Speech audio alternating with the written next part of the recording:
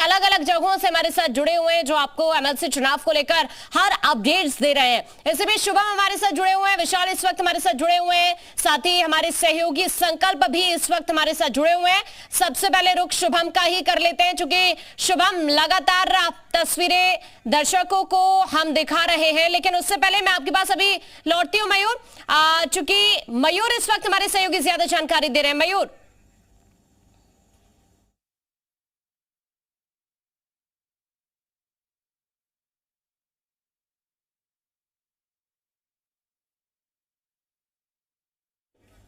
मयूर के पास लौटेंगे, शायद कोई टेक्निकल खामी है, क्योंकि इस वक्त शुभम हमारे साथ जुड़े हुए हैं। एक बार शुभम का रुख करते हैं। पहले शुभम, क्या तस्वीरें वहां से, क्या अपडेट जरा बताइए अभी। लेकिन सबसे बड़ा अपडेट विधान परिषद के चुनाव का गोरखपुर से ये है कि मुख्यमंत्री योगी आदित्यनाथ अपना मतदान देकर के यहां से जा चुके हैं। संबोधन में साफ तौर पर उन्होंने कहा कि 2017 के विधान परिषद चुनाव में, विधानसभा चुनाव में बेहतर परिणाम आए थे, प्रचंड बहुमत मिला था, लेकिन विधान परिषद में समस्याएं देखनी पड़ती थी। विपक्ष जो था उसका नकारात्मक व्यवहार की वजह से तमाम दिक्कतों का सामना करना पड़ता था। लेकिन 2022 के चुनाव में एक बार फिर से बेहतर परिणाम 2022 के विधानसभा चुनाव में आए। लेकिन अब इस विधानसभा चुनाव के बाद विधान परिषद में कोई भी सत्ताधारी दल जो मजबूत स्थिति में रहता था, इस बार की स्थितियां साफ होंगी और भारतीय जनता पार्टी वहां पर मजबूत होगी। हमारे साथ बातचीत करने के लिए यहाँ के सहयोगी हैं आशीष जी, क्या लगता है, क्योंकि गुजरात के बाद उत्तर प्रदेश महत्वपूर्ण काफी ज्यादा हो जाता है चुनाव के लिहाज से। गोरखपुर की सीट पर अभी थोड़ी देर पहले मुख्यमंत्री योगी आदित्यनाथ ने भी कहा कि अब विधान परिषद में भारतीय जनता पार्टी भी मजबूत होगी, क्या मायने?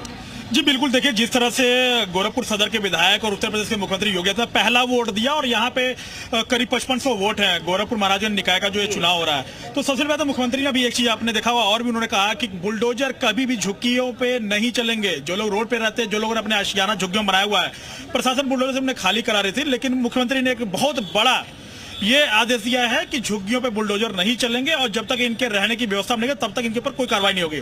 और जिस तरह से चुनाव की अगर बात करें तो चुनाव में जिस तरह से मुख्यमंत्री योगी आदित्यनाथ का भी सीधा कहना है कि 2022 से जिस तरह प्रचंड बहुमत में आई है, इस बार भी चुनाव निकाय में भी काफी प्रचंड बहुमत से सरकार में इस बार जीत होगी। तो अभी क्या लगता है कि कितने वोटर्स अभी और आना बचे होंगे और कब तक? ठीक है शुभम, मैं आपके पास अभी लौटूंगी, चर्चा को आप जारी रखिएगा, क्योंकि इस वक्त पवन गाजियाबाद से हमारे साथ जुड़े हुए हैं, संकल्प इस वक्त वाराणसी से हमारे साथ जुड़े हुए हैं। पवन का रुख कर लेते हैं। उससे पहले पवन, गाजियाबाद से क्या अपडेट है?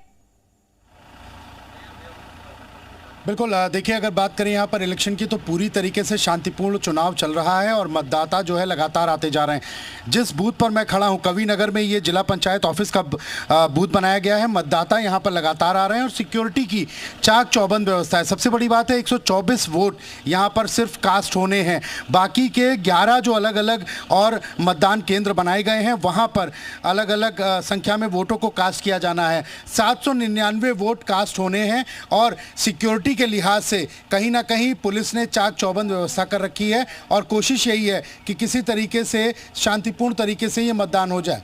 यहाँ पर 6 प्रत्याशी हैं एमएलसी के, एक सपा का है और एक बीजेपी का है, बाकी 4 अन्य हैं।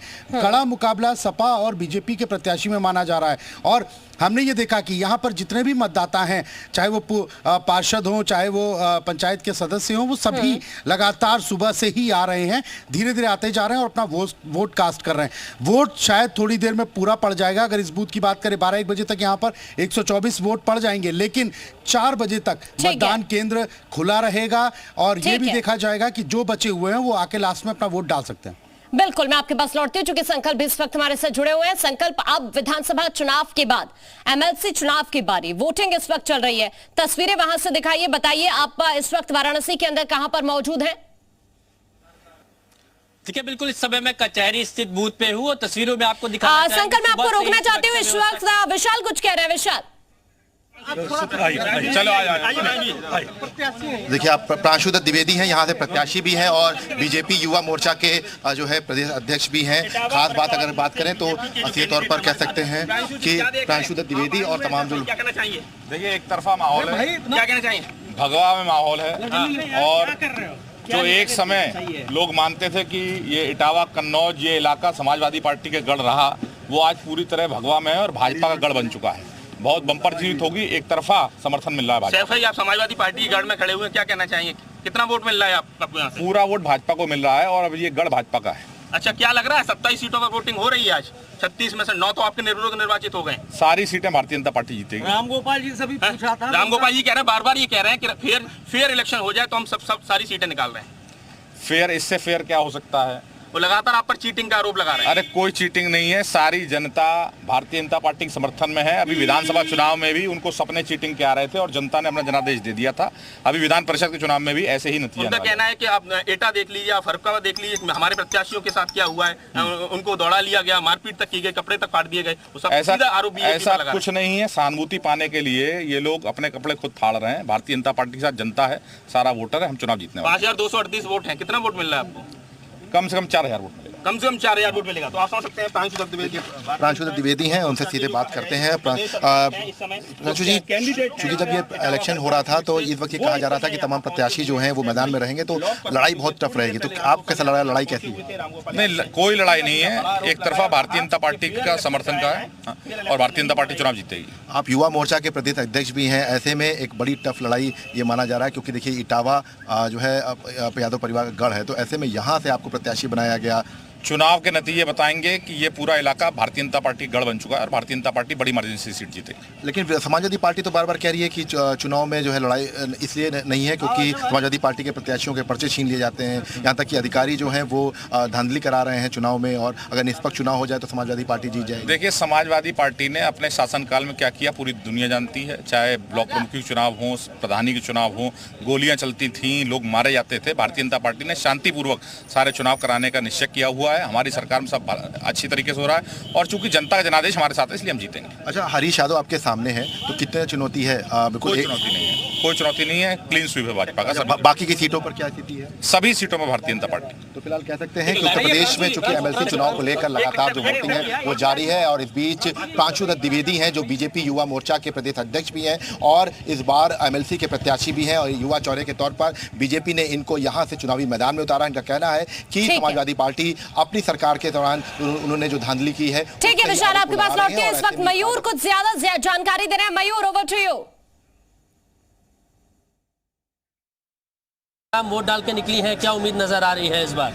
हमारी सीटें निकल रही हैं, विशेषकर लखनऊ की सीट तो निकल रही है।